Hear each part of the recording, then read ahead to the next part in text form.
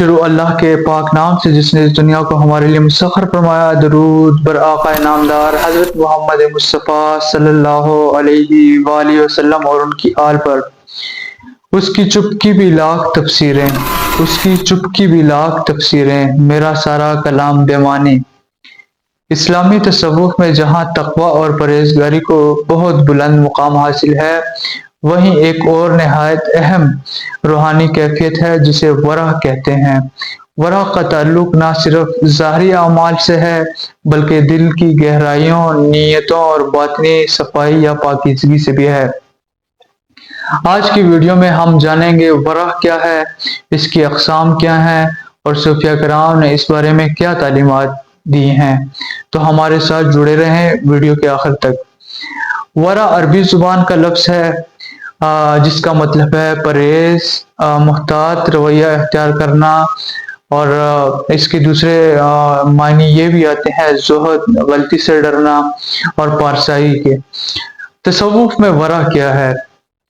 تصوف میں ورع کا مطلب ہے نہ صرف حرام چیزوں سے بچنا بلکہ ان مشتبہ چیزوں سے بھی پرہیز کرنا جو انسان کو روحانی نقصان پہنچا سکتی ہیں، یہاں تک کہ جائز اور مباح چیزوں سے بھی احتیاط برتنا تاکہ دل کی پاکیزگی پر کوئی اثر نہ ہو۔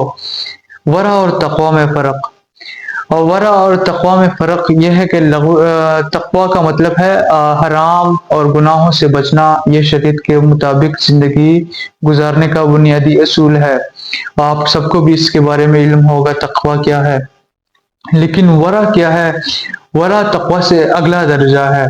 یہ ان چیزوں سے بچنے کا نام ہے جو مباح یا جائز تو ہیں لیکن ان میں کوئی مشتبہ پہلو ہو یا وہ اللہ کی یاد سے غافل کرنے والی ہو، اسے ورع کہتے ہیں۔ یہاں میں مثالیں دوں گا۔ تقوی جو ہے جھوٹ بولنا حرام ہے، اس سے بچنا تقوی ہے۔ ورع ایسی مبالغہ آرائی یا مذاق بھی نہ کرنا جس سے جھوٹ کا شائبہ ہو، یہ ورع ہے۔ میں مثال دوں گا ورع کے بارے میں۔ مبالغہ آرائی جسے ہم کہتے ہیں، کسی دوست سے آپ کہیں کہ میں نے تمہیں 100 بار فون کیا، بلکہ حقیقت میں آپ نے 3 4 بار یا 10 بار آپ نے فون کیا ہو، لیکن مبالغہ آرائی جھوٹ کے شائبے میں آتی ہے، لیکن آپ نے تو حقیقت میں 3 یا 4 یا 8 10 مرتبہ فون کیا، لیکن آپ مبالغہ آرائی میں کہہ دیتے ہیں کہ میں نے 100 بار آپ کو فون کیا۔ لیکن ورع کا رویہ اس سے مختلف ہے۔ میں نے تمہیں کئی بار فون کیے، تمہارا جواب نہیں آیا یا تم نے فون نہیں اٹھایا، یہ ورع کا رویہ ہے۔ اور ہمیں ایسی ہی گفتگو کرنی چاہیے، یہ نہیں کہنا چاہیے۔ اب میں آپ لوگوں کو کہوں کہ میں نے 1000 ویڈیوز بنائی ہیں تصوف کی اصطلاح پہ، تو یہ جھوٹ ہے، لیکن میں نے کئی ویڈیوز بنائی ہیں، ایسا کہہ سکتے ہیں۔ حضرت حسن بصری رحمۃ اللہ علیہ فرماتے ہیں ورع یہ ہے کہ تم ہر ایسی چیز کو ترک کر دو جس کے بارے میں ذرا سا بھی شک ہو، وہ تمہیں کتنی ہی پسند کیوں نہ ہو۔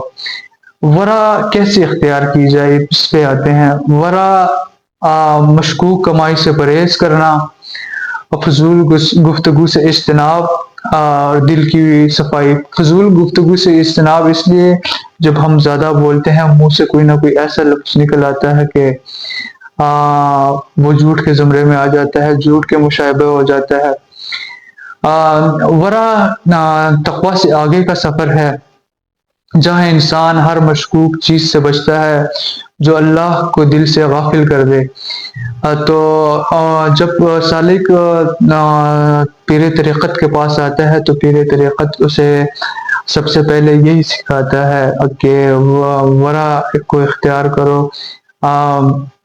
تقوی دار لوگ اکثر تصوف کی راہ پر آتے ہیں۔